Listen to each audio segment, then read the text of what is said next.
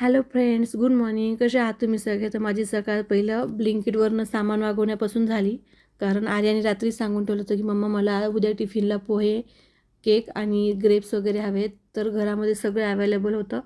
तर मग त्याचप्रमाणे मी तिचा टिफिन वगैरे रेडी केला आणि हिचं सकाळचं आवरणं चालू होतं.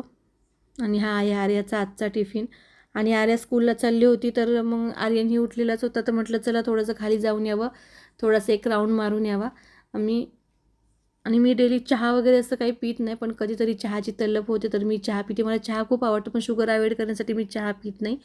आणि आज आर्यन स्वतः खेळत नव्हता, मला आणि मावशीला खेळव म्हणत होता. आणि आज त्याच्या डोक्यात काहीतरी वेगळंच खुळालतं.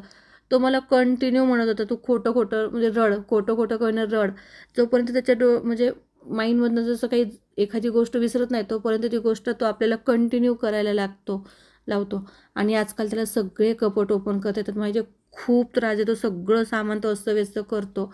आणि आज हेच कपाट खेळता खेळता त्याचा हात चेंगरला गेला. तो स्वतःच खोटं खोटं रडत होता, स्वतःच हातावर फुंकी मारत होता आणि परत तो तिथे जात होता. घरातले सगळे भाजीपाला संपलं होतं. मला मावशी दररोज विचारायची भाजी काय करायची, पण मला आर्यनला असल्यामुळे मला एकटीला एवढं लवकर बाहेर जाता पडता येत नाही ना. तर मग आज मावशीकडे आर्यनला ठेवलं आणि सगळा भाजीपाला वगैरे घेऊन आली. भाजीपाला नसेल ना तर बिलकुल डोकं चालत नाही. आणि मावशी दररोज काय बनवायचं विचारतात. सकाळी एक, संध्याकाळी एक, सगळं मुलांच्या आवडीचं विचार करून सगळं करावं लागतं. आणि मी आर्यनसाठी आर फॉर रॅबिटचा एक ब्रश मागवला होता, जो की तो खूप छान आलता. त्याच्याबरोबर एक ट्रॅव्हल केस आणि हे 3 ब्रश आहेत, जे की मला ते प्रचंड आवडले. तर माझे व्हिडिओ आवडले तर नक्कीच लाईक, शेअर आणि सबस्क्राईब करा. Bye, thank you.